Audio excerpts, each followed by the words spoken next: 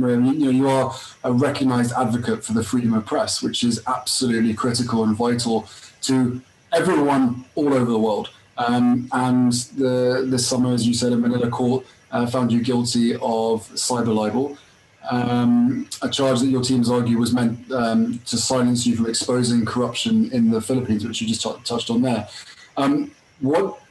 What changes have you seen, Maria, in how the news industry sees and carries out its duty to inform all of us?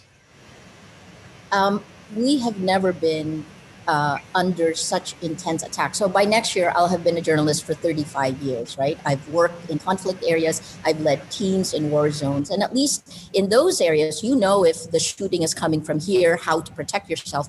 In this environment, it's far more insidious, and the tactics are the same globally, and it is enabled by technology. So, in our case in the Philippines, exponential attacks on social media, bottom up, a lie told a million times becomes a fact.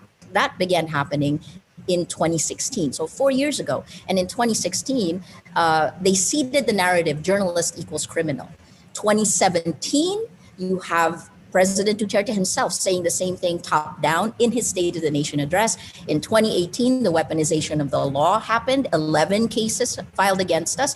2019, I had 8 arrest warrants. I was arrested twice in a 5-week period. And 2020, I was convicted in one of the first cases. So journalist equals criminal. The world is turned upside down. I guess my main concern is this. I think journalists around the world have done our jobs. We have held the line. We are telling you the facts, because without facts, you can't have truth. Without this, you can't have trust. Without any of these, democracy as we know it is dead. And I have been saying that for 4 years.